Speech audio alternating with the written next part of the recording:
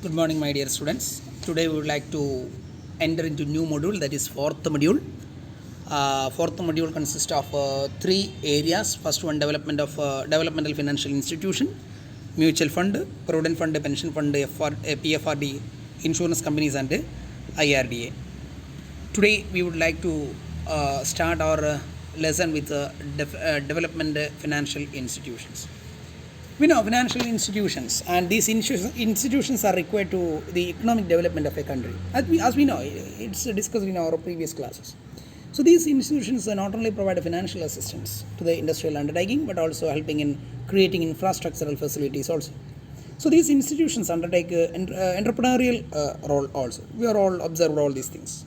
Every country needs the service of the financial institutions for accelerating their economic growth and development. Clear.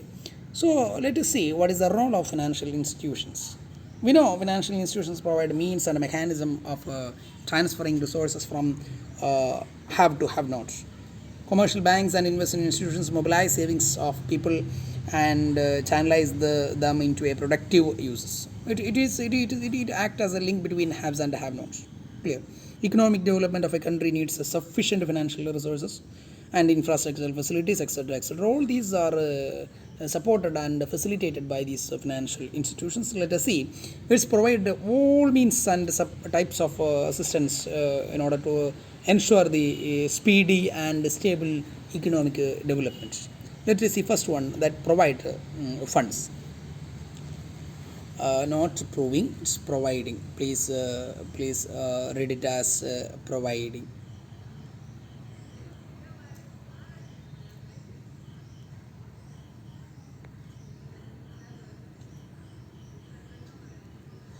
Okay, providing funds.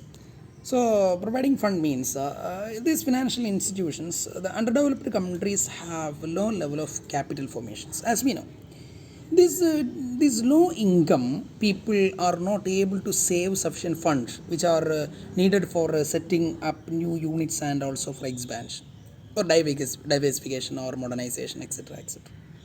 So what will happen here? These persons who have the capability of starting new business but does not have a needy help from these financial institutions. These institutions help large number of persons for taking up some industrial activity. Clear.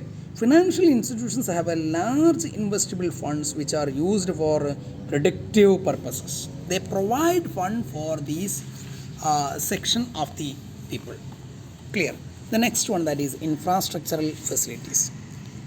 That means economic development of country is linked to the availability of infrastructural facilities.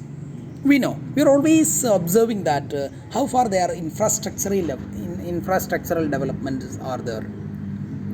There is a need for the roads, water, sewage, communication facilities, electricity, communication facilities, etc., etc. Financial institutions prepare their investment policies by keeping national priorities in this consider or in this mind. They invest in those areas which can help in increasing the development of the country. Clear. Then next one, that is promotional activities. That means an entrepreneur faces many problems. Suppose he may entered into a new business. He has to undertake a feasibility reports, prepare project reports, complete registration formalities, and many procedures, programs. All these things require time, money, and energy. Some people are not able to undertake these activities or the exercise. Some may not even take initiative. So what will happen in this ground? Financial institutions have the expertise and manpower resources for undertaking the exercise of starting new units. Clear. The next one, development of backward areas. Some areas remain neglected because of the facilities needed for setting up new units are not available there.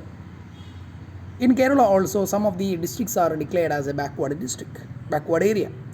The entrepreneurs set up new business at those places like Wayanad, which are already developed. It causes imbalances in economic development of some areas. People are always looking developed areas like Kochi for starting up of new business.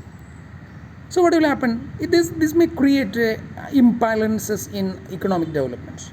So financial institution, in order to provide or in order to help the development of backward areas, these financial institutions provide special assistance to the entrepreneurs for setting up new units in these backward areas. Clear? The next, planned development. That means planning is essential for our stable development. Financial institutions help in planned development of the economy.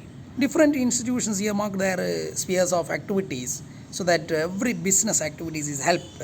Some institutions, like I will give an example, that SIDBI, State Financial Corporation of SFCI, particularly help small scale sector, while IFCA and SIDC financial large sectors, or extend their loans above certain limits. Such a way they helps for planning and development. They help in the overall development of the country. And the next one, accelerating industrialization. It's very, very important. Economic development of the country is linked to the level of industrialization, a rate of industrialization. The setting up of more industries or industrial units will generate direct and indirect employment opportunities and make available goods and services in the country and help in increasing the standard of living of the people. These are interconnected activities. So these financial institutions provide financial or marginal or technical helps for setting up of new industries or new units. Clear? The next last one, that is employment generations. We know all these things. Financial institutions have helped both direct and indirect employment generation. They directly generate a lot of employment opportunities in our country. They help some institutions to start up new business. In such a way, it indirectly generate some employment opportunity to the people. Okay, that's all about the role of financial institutions for the development of country. Clear? That's all about our today's discussion. Thank you to all.